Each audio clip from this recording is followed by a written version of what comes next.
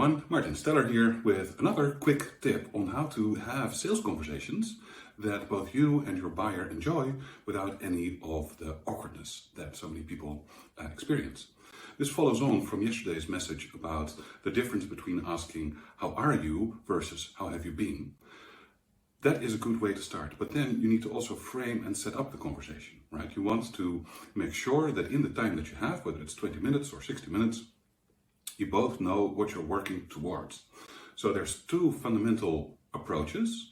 The first is where you state, all right, thank you for being here. The goal of this meeting is to find out whether or not this is a thing that you want to purchase and that we can move forward on, and what your requirements are and whether it fits your timeline.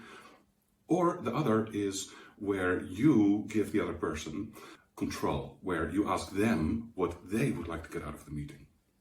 And that can be as simple as, so what would you like to walk away with? What would be most valuable for you to achieve in this meeting?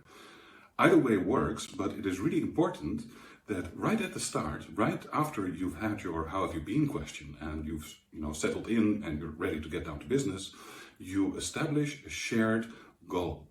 Whether it's you stating what the goal is, which requires, of course, that they show up knowing that this is a sales meeting and that you're going to be discussing the potential purchase, or if it is a exploratory call or an assessment call or something, strategic discovery session, then you make it their ownership. You give them the invitation to define what they would like to get out of the call. Either way works, but it is really important that you set up the agenda for the call, because without it, it's going to be very difficult to get to a specific outcome. And an outcome is what you're there for, right? Hey, for more thoughts like this, sign up at martinsteller.com, and I'll see you tomorrow.